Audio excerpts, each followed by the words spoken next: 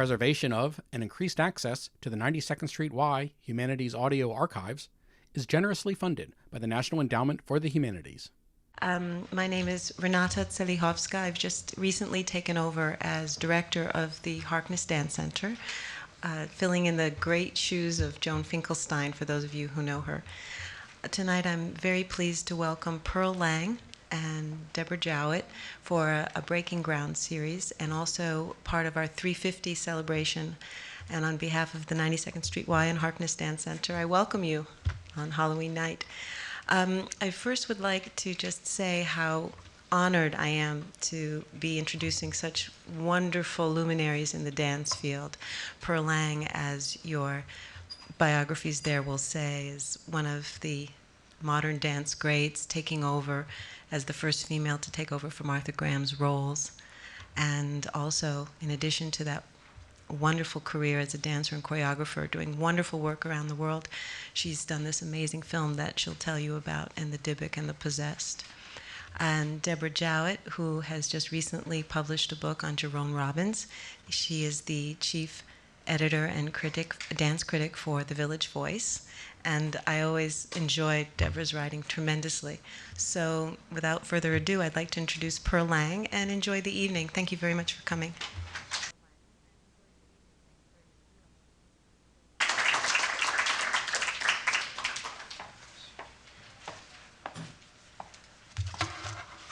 Since it's 350 years since Jews put their feet on American soil. You can't hear? How's that? Down, up, what? All right? Okay.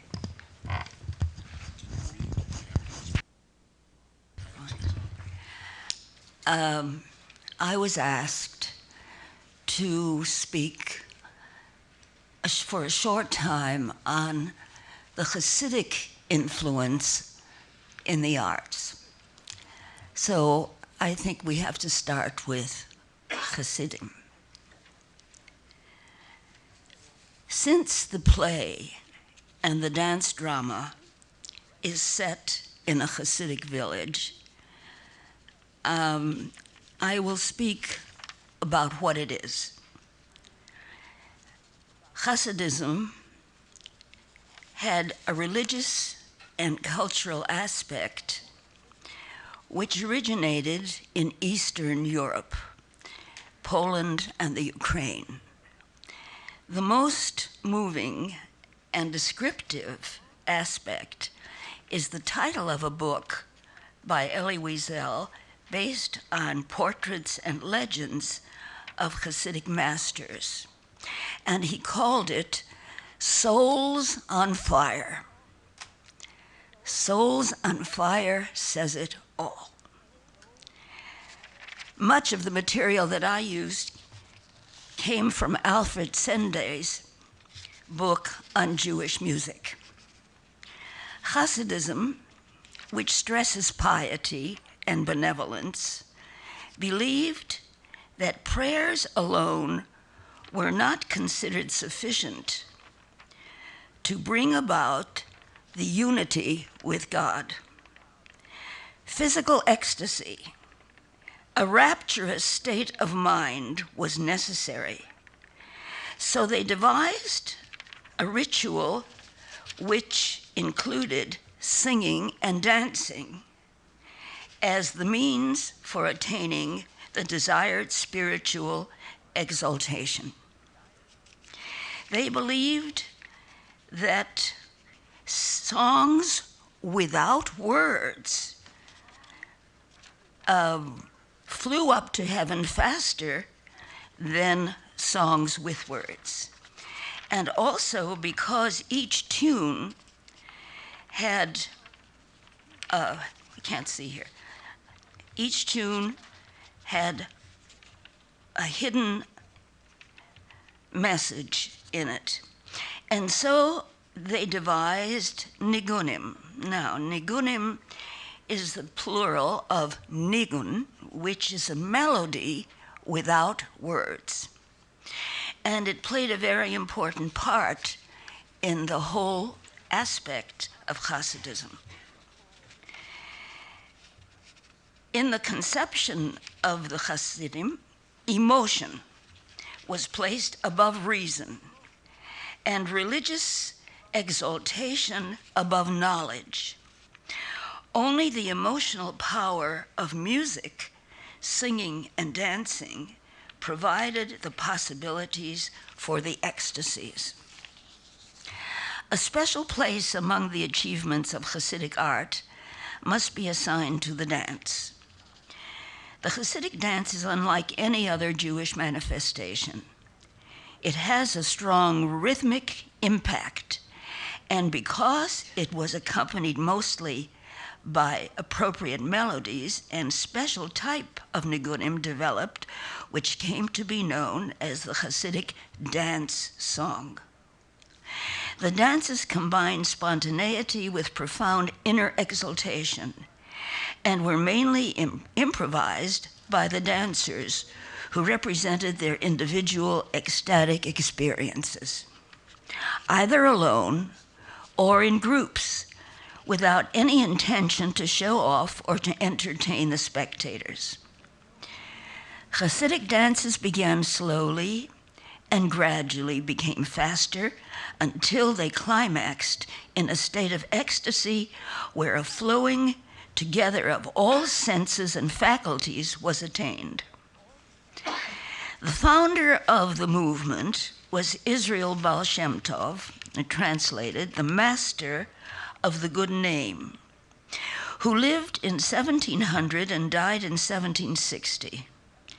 His great-grandson, who lived in 1771 and died in 1811, Rabbi Nachman of Braslav, taught his followers that every part of the body had a rhythm of its own. As the melody brings out the beauty in poetry, the dance brings it to a climax. There were special dances for the Sabbath. It was usual that on Friday afternoon the entire village would go out singing and dancing to welcome the Queen Sabbath. During the ceremonial procession of the feast of Simchat Torah, to celebrate the reading of the year of the Torah, the rabbi used to dance with the Torah scroll wrapped in his prayer shawl, carrying the Torah close to his heart. He poured out his ecstatic feelings in a rapturous dance, while his followers formed a circle around him, singing appropriate dance songs and clapping their hands rhythmically. In some instances, the Hasidic dancers indulged in a curious custom. The followers of the famous tzaddik, Aaron Carlino, who died in 1792, used to roll on the ground in dance rhythm each morning before the morning service. They were called kulikis, or rollers, and were highly praised by the congregation. Among the Eastern Jews who lived under very heavy oppression, Hasidic mysticism was not only a state of mind, but a way of life. Its aim was to relieve the gloom and hopelessness of the impoverished Polish and Ukrainian Jewry, in the midst of which Hasidism originated. Hasidism was the answer to the burning desire of the common people for a simple, stimulating, and comforting faith. It was a victorious and overwhelming experience in Jewish life. 2 world wars wiped out the last vestiges that might have survived the decline of the once flourishing movement. There might to this day exist some adepts of Hasidism, if only in the modernized form, in the United States and in Israel. What has remained is more the incentive for creative artistic expression in poetry, literature, drama, beaux-arts, and mainly in music and dance. There is an extensive literature, including parables, and one by Martin Buber, which can pertain to the study of dance. It is called The Ladder. Before we are born, we live in heaven. The souls descended from the realm of heaven to earth on a long ladder. Then it was taken away. Now up there they are calling home the souls. Some do not budge from the spot, for how can one get to heaven without a ladder? Others leap and fall, and leap again and fall and give up. But there are those who try and try over and over and over again until God catches hold of them and pulls them up. That is a dancer's unspoken thought for high elevation. If there are questions, we will speak about them after the film is shown. We have a very fine dance critic here, and she will enlighten all of us.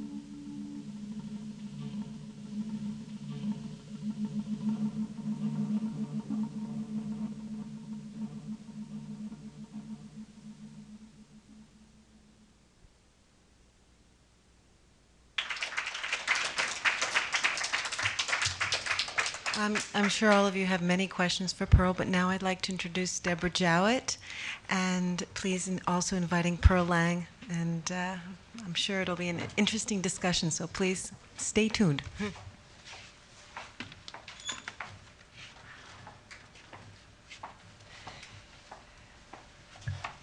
A very different kind of ghoulish spiritualism from the Halloween fair outside the door.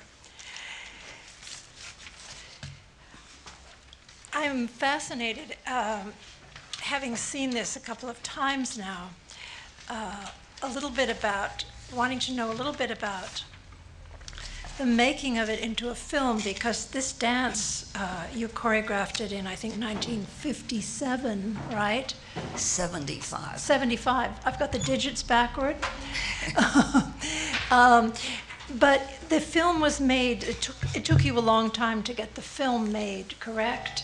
Yes. And I'm very interested in how you came to, with your co-directors and cameramen, to get, had you been turning in your mind those ideas of what you could do to make the spiritualism and the possession more intense than on stage? Well, it took quite a while to change the whole choreographic emphasis for camera. Mm-hmm. If you saw this on the stage now, it would not look the same. Mm-hmm. And I had to learn how to use the camera for the advantage of the ideas here. Some of it is easier because you're involved in mystical states than it was on the stage. It was an entirely different kind of piece. It was quite wonderful the way the filming of the men dancing around when the betrothal is announced became almost dizzying to look at, the way Hanon would feel when he heard the news. Right. That speed. That took a lot of time and work. But all those things like the bleaching out at the end, the whitening of the film, or the superimposition of images. Well, we tried a few things, and then we finally decided what to do. Yeah, Difficult. you must have had to add material too. Yes. Not as much add, but refocus where certain elements took place. So how long did it take to actually get the film made after 1975? We didn't think of it as a film until about 81 or 2. The National Endowment gave me enough money for the first act. And then it took us 84, 85, 86, 87, 88 to find enough money to finish the rest of it. That's very difficult. Yeah, and it's much more difficult to find money to do a work than to do the actual work. And to reassemble the people who were involved. That's right. And many dancers who danced it on the stage are not in the film, and others who are in the film never danced it on the stage. So it was changing casts as well. You are very knowledgeable about Hasidic ritual. Are some of the gestures that did you derive it from ritual, or were you abstracting them for your? I never really thought about Hasidic anything until this was finished, and until they asked me to speak about it here. And then I realized that what I had been doing was absolutely what they were saying. I think there is something in the blood or in a memory that you're not aware of that makes it, well, this is pretty simple. What have we got? That and that. And so I'm hearing the voices. right. Yeah. But it's another kind of world. And what you have to do is establish the world. Because nothing else I have done looks like this. And yet you have explored a lot of biblical subjects and subjects to do with like Tehillim, can't say it right, Tehillim, to the Steve Reich school. Well, but the whole rhythm is different. Yes. And it's a gay dance. So it's an entirely different vocabulary of movement.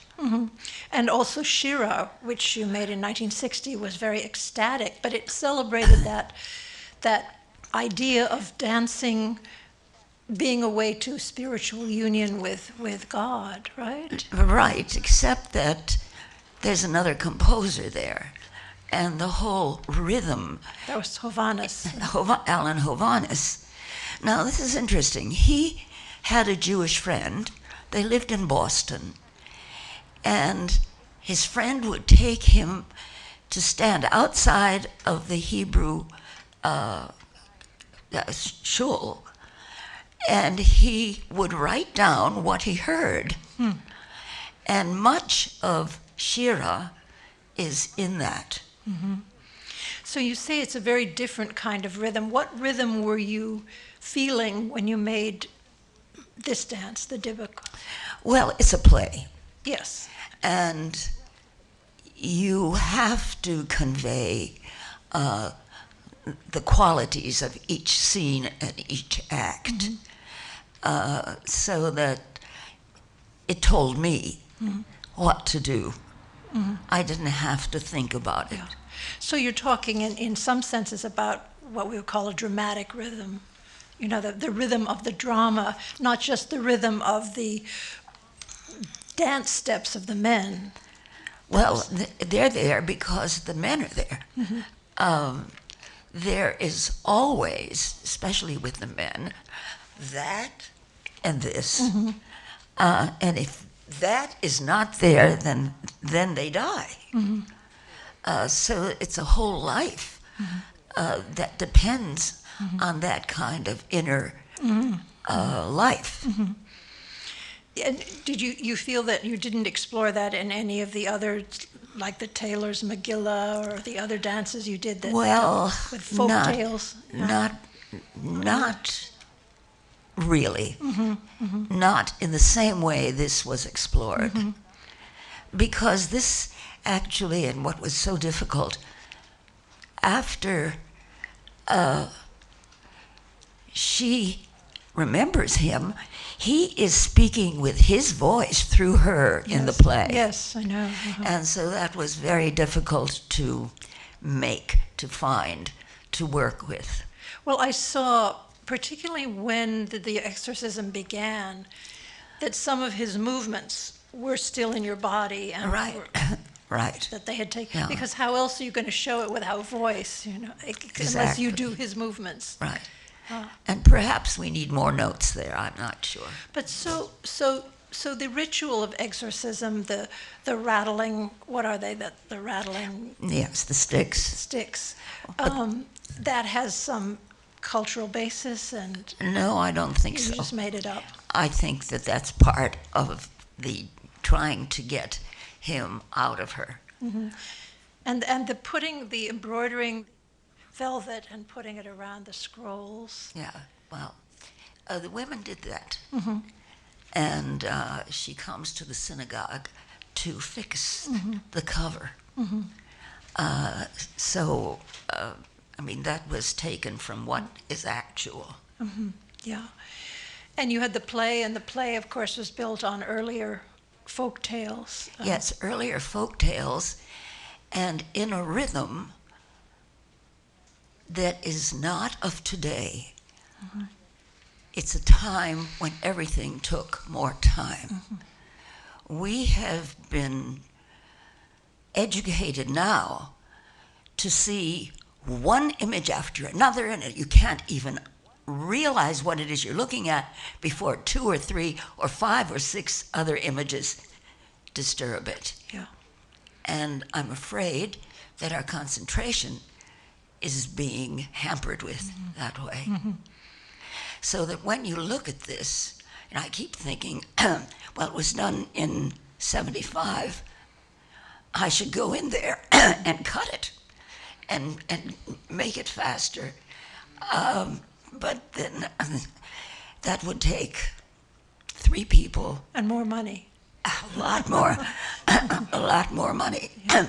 And it's not just making it shorter, but where do you begin and where do you end with it? Exactly. And because the motion of it now is very powerful, you know, I don't know, I think people sometimes do develop a kind of patience, and the way you've woven it together with the messenger.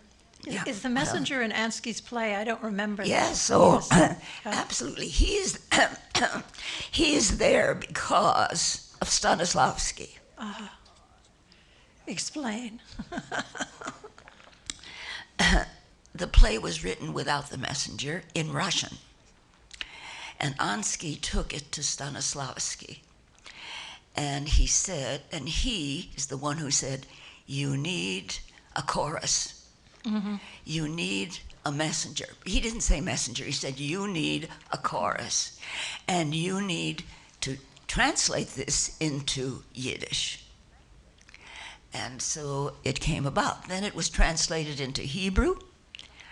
And when I went to Europe with Martha the first time,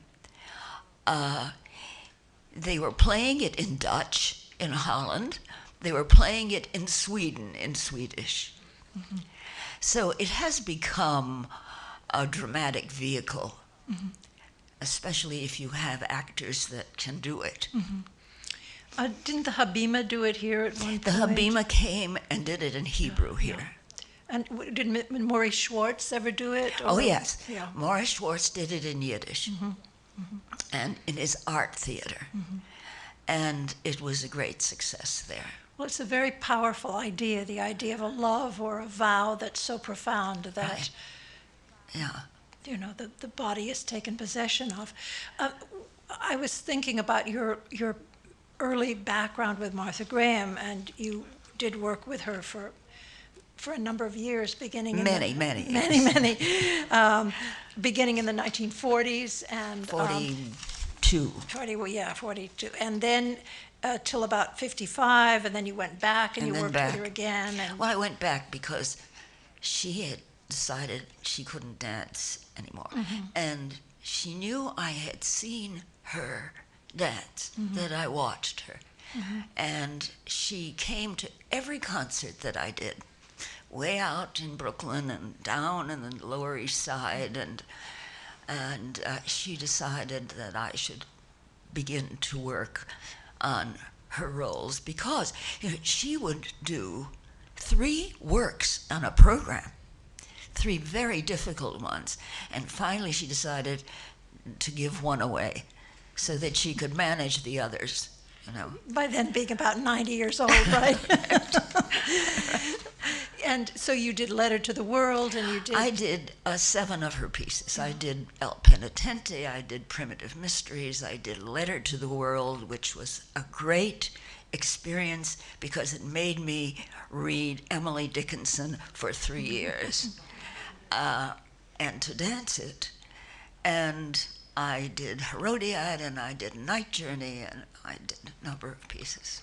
Do you think that working with her influenced you in terms of finding the truth of the body or the truth of a character in your body? What is very interesting here, when I came to New York from Chicago, she told me, because she knew I was learning Yiddish, that Louis Horst took her to see Morris Schwartz's theater. And she spent a lot of time with Jewish actors. She also got up when she was 90 years old in the studio and showed me how Bulloff played a pope. So she was interested in Japanese theater, in Italian theater, and in Yiddish theater. So she knew that somewhere, without my knowing it, something dramatic would happen here somehow. Yeah. You know. And one of your first solos was Song of Deborah, right? Your own solos. Yes, that was first one, actually, here. Oh. And there were 3 versions of it. No. 3 versions? Yes. You changed your mind about the character? I changed or you... my mind, and then there was a big concert at, what's the big place where the sports people play? Used to be Madison Square Garden. Madison Square Garden, with the New York Philharmonic. It was what they called a Hanukkah festival, and the director had seen this and said, make a group piece out of it. It was done for 2 women before. I did it at Juilliard. And so then and there was a Hungarian composer who came from Hungary at the time. So it was a different score and a group out of it. And then I was asked to do it in Israel. So was another score, and the best one there, and another kind of cast. Well, I was thinking of, you're mentioning the Hanukkah festival, and I was thinking back to the days when some of the big employment that a dancer could get were those Hanukkah festival performances. There were, usually 3 in New York and 1 in Philadelphia, and also those television shows which you sometimes, those Look Up and Live and Lamp Unto My Feet, and Exactly. Religious programs that gave dancers work. And I actually remember dancing in a Hanukkah festival with your choreography.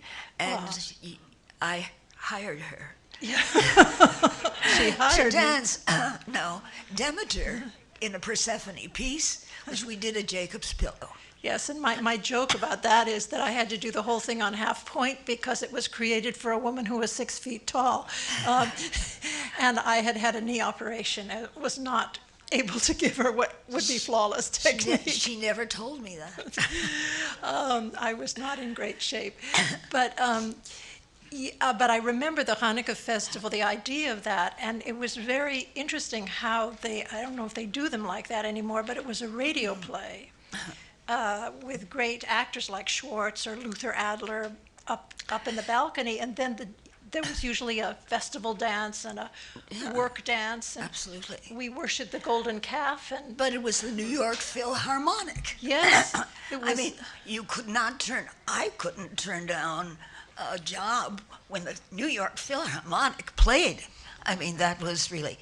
I remember doing a piece of Copland's. And we had to, at the time, they were trying to raise funds to build houses in Israel. And we did a piece with Copland's music that was beautiful. Mm-hmm. Yeah. Was that to his dance panels piece? No, that was something else. Yeah. It was Quiet City. Oh, uh-huh. And we did a Sabbath poem to it. Mm-hmm. Not a poem, but a dance. Mm-hmm. And listen to it, it's a beautiful score. Mm-hmm. Yeah. And you did, one of the dances you did that I remember seeing, not for the Hanukkah festival, but dealt with a Sabbath queen, or had a Sabbath queen in it. Tehillim, perhaps. Tehillim, yeah, that was Tehillim, yeah. Which means Psalms. Yeah. But I think it was very, I mean, what I remember about the Hanukkah festival in terms of Jewish culture was that these things were packed. I mean, Madison Square Garden was packed, and the money was going to the Development Corporation for Israel. And what imaginative use you had to make of ritual, whether you knew exactly what it was or whether you were inventing it. I did one. They had the story of Judith, and they asked me to do the dance for it. And we had a tent made with, well, it was abstract. The audience sat half a row away from the stage, and I looked out, and there was this little old lady who crawled up almost on the stage, and went inside of it and looked at it. How are we going to get rid of this? What are we going to do? But she was enthralled. And finally, somebody took her off the stage. Mm-hmm, mm-hmm. Well, I think that the experience of dancing those dances, those biblical recreations, was very important for a lot of dancers. Beside the money, it was an exposure for some of us to Jewish culture and to bringing those stories to life in a well choreographed way. Yes, well, I did. Sophie Maslow choreographed 3 or 4 of them, yeah, and I was in danced. One of those too. I danced in those. There was a story of singers that she made a ballet on, mm-hmm. and I danced in mm-hmm. that. You actually choreographed something called 2 Hasidic dances or something like that for something? No? No. I thought I had done enough here. Well, you did. You did something called Passover celebrations, but it's interesting. I found some video in the library that said 2 Hasidic dances. I don't remember if they were connected with something else. All of those things. 2 Passover celebrations, 1972. What do you know? All right. One was, I do remember something. One was called the Seder Night. Mm-hmm. And it was built on a poem of Katya Molodovsky. She and Emily Dickinson are the greatest women poets in the world. And it was a woman sitting at a Passover table by herself. Mm. The people that had been invited were slaughtered. on the way. And I did a piece to that. And you did see a group that was killed off.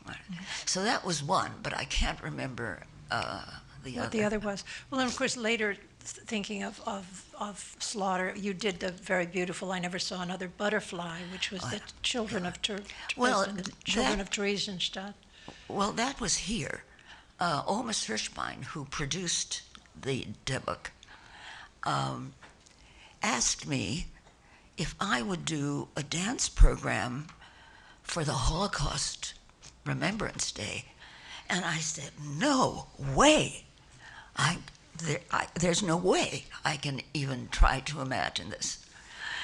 So he hung up. And in 2 months, he called back. And in the meantime, I had heard some music. One was very interesting. It was a Kaddish, where the male singer sings the Kaddish. And in the middle of it, they screamed. This was, can't remember the composer, but I will. Weiner, Lazar Weiner, thank you. I'll carry you with me. Lazar Weiner's choral music. And while this man was singing the Kaddish, from the balcony came somebody yelling, Auschwitz, and somebody from the audience yelling, Sobibor, all through the Kaddish. And I thought, that sounds very interesting. So I started to work on it. And I Never Saw Another Butterfly is from a poem that was found, that the children wrote in Terezin after the war. So the whole concert wasn't, and then I said, well, what am I doing? I am doing what he's asking me to do.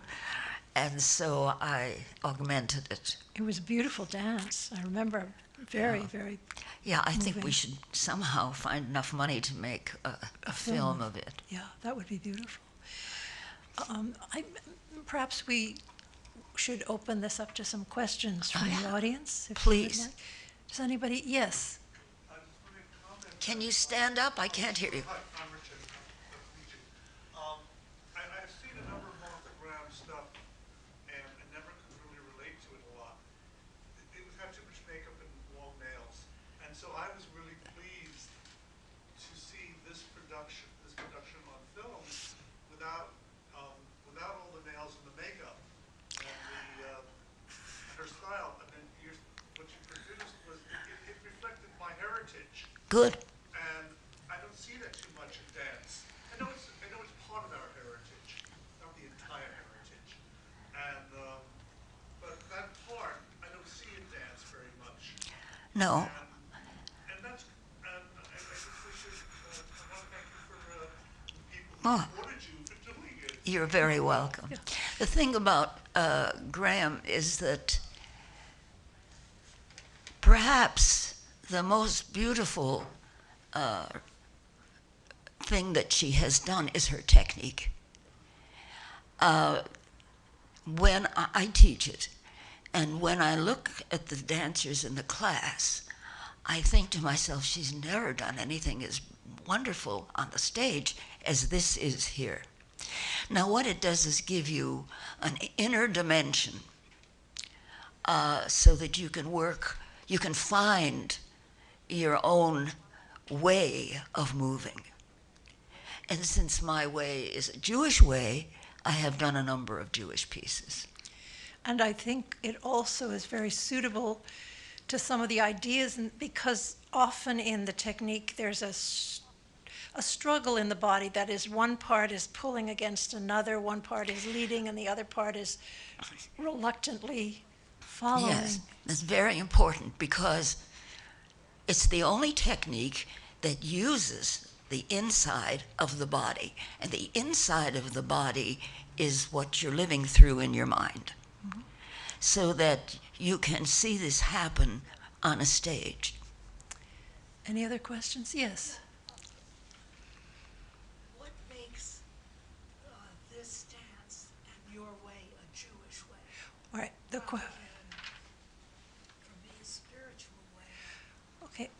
So let me It's- repeat the question. What makes this dance a Jewish way rather than simply a spiritual way? Well, first of all, it's a Jewish play, a very important one. And all of the men's movement in it are like prayers. And it's not a Christian prayer, but it's a Jewish prayer. So that would make that happen. And the story itself is a Jewish story. It also gives it a dimension of reality because dancing was purged rather early on from the Christian church. And except for the Shakers Right. in the Western world, if you had had to be choreographing a Christian tale, the dancing would not have been as rooted in reality. You would have had to make it up out of whole cloth, if you see what I mean. And Right. so you had those dancing religious men as a given. They danced. Yes. I wonder how much money was involved in this production of this movie, and how much it would cost, and the second question, then how much it would cost to do the one. I never saw another butterfly. I mean, the children's. So how much did it cost to do this movie, and how much would it cost now to do a movie, say, of the I Never Saw Another Butterfly? It's a different story. First of all, the cast is not as large. There are, I believe, 8 children. And they have written moving poems. What would have to be done there, not only have they written magnificent poetry, but they're marvelous paintings, watercolors that were found. So somehow this would have to be integrated. And I can't tell you, what the costs would be. There's no way until you go to the last editing day to know what it would cost. The editing in a decent studio like Duart is enormous. Wait, What would I ask for? Oh, I don't know. I would have to sit down and work it you out. can't. You really There's have no to. way. You really you can't just guess on these things. You How much was involved in this piece? do you remember no, how I much? don't know. Because we started it on the stage. So all of the rehearsals, and you pay for a rehearsal studio, were with one group of people. And then when we had to make another group of people, that was another studio with it's not, and then there were different, everything was different for the camera. Yeah, somebody has a question back there. Yes. Yeah. Why did you pick Cantor Pinchik's? I can't hear you. You know the Cantor Pinchik's pieces in the movie? Pinchik, Yeah. What? right. Yes. Why were I was hoping somebody would Would recognize it. Well, because I found that it was the most moving sound. We listened to a lot of music, and Pinchik's quality was the one closer to what we were doing. yes? Yes. Yes. Asking out of ignorance, just wondering if you researched like the costuming of the women in particular, because the men I think are kind of easier maybe, but I was wondering whether there might be an issue of modesty that might not have been authentically presented, or whether because you're dealing with younger women, that's not an issue in the Hasidic community. Well, the beggars were all, clothed in what we needed to see from them, and I don't see that your idea is pertinent to the piece. Well, you and the maidens have slightly more figure-revealing costumes than might. But you can't see that. You can't see the dance Well, unless that's you do it. that. They are, in a sense, dance costumes, so you had to. And if they wore a lot of material, you wouldn't see the movement. Yeah, it's difficult. Yes. Yes, back there. I think you had your hand up first. Yes. Oh, Yes, you. Sorry. I was wondering if you knew when Martha Graham saw the Yiddish Arts Theater, and if you would speculate on how you feel that might have affected her technique, if at all. Now, I don't think it affected her technique, and she must have seen it in 1920 something, when Morris Schwartz had his art theater. Or in the early 30s. Now, I would think earlier than that. But it could have been earlier, but it could have Right. extended Yeah. then. She did do a few dances on Jewish themes, but I think that did not. She did because Betsy de Rothschild got her to go to Israel and form a company there. And she was there for 2 years. And she did a number of biblical pieces, but she never did them after that. Mm-hmm. Yes, there was somebody back here. Yes. Hello. On a personal level, when I saw the men move, it almost reminded me of the way Hebrew letters are written out. Good. And I was just wondering, because that, to me, that was such an impressing, if that at all has influenced, like Hebrew language in the way that you choreograph your. Well, I'm delighted. I didn't think of it, but since you got that out of the movement, I'm delighted. May I repeat that just for the people in the back row? Just that she saw the possible idea of Hebrew letters being traced in the air and the gestures, and was asking whether Pearl had planned that or not. And Pearl said, "No, she's delighted." I'm delighted. But yes. she hadn't thought of that before. I didn't choreograph it looking at Hebrew letters. That's a little remote for a human being. But if somebody sees that in the choreography, I am delighted. Well, there's definitely a sense, because we don't hear language, there's definitely a sense that those gestures are replacing language. So They are. so that thought can come to Yes, mind. they are. Yes. Yes. Pearl, could you talk about the difference back when Martha was always working with actors? There was a close relationship, and I don't think a lot of people understand that we've split away from that tradition now. It's, Yes. You're influenced by that other art field. When she was teaching at the neighborhood playhouse? Yes, she taught for many years at the neighborhood playhouse, which is a school for actors.